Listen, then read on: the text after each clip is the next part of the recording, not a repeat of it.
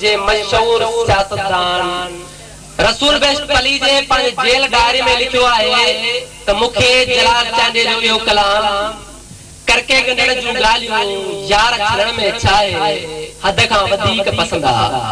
उन खां अलावा इस्लामाबाद जे फेरुदी एरिया में जिते अक्सर सिंधी रहनि था उते अजब जलाल चांडे के ये ॿुधो वञे थो जीअं मोरे शहर जे होटल ते ॿुधो वञे थो। जलाल चांडो जेको सिंधो मशहूर फनकार आहे जेको असांजो दोस्त आहे असांजे हिन महफ़िल में दोस्ती जे हिसाब सां आयो आहे। महिरबानी करे सभिनी दोस्तनि खे गुज़ारिश थी कजे त हुनखे वेही ख़ामोश सां ॿुधनि ऐं का बि फरमाइश न कनि छाजे करे त फरमाइश सां महफ़िल जी रौनक ख़राब थी थिए। महिरबानी करे अॼु जलाल खे तव्हां पंहिंजे दिलि सां ॿुधंदा हुनखे का फरमाइश न कंदा हू तव्हांखे हर उहो आइटम ॿुधाईंदो जेको तव्हां ॿुधणु चाहींदा। मां सिंध जे मशहूर फनकार जलाल चांडो खे अर्ज़ थो कयां त जिते बि आहे मुंहिंजो आवाज़ ॿुधे थो त महिरबानी करे स्टेज ते अचे। थैंक्स। फनकार जलाल चांडो महफ़िल में पहुची चुको आहे। सभिनी दोस्तनि खे गुज़ारिश थी कजे त भरपूर तालियूं मशहूर फनकार जलाल चांडो।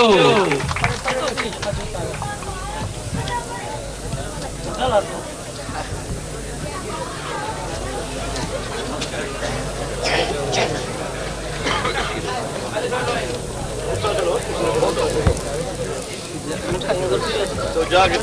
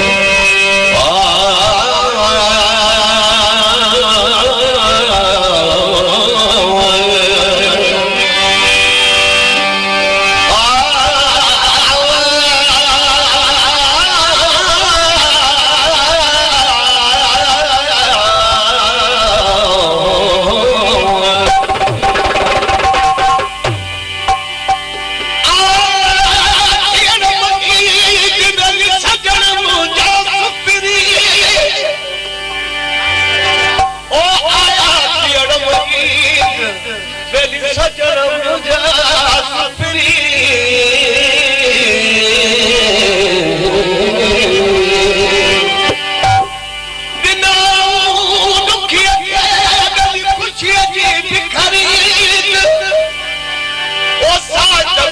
शहीद जो अजपरी के ही आयो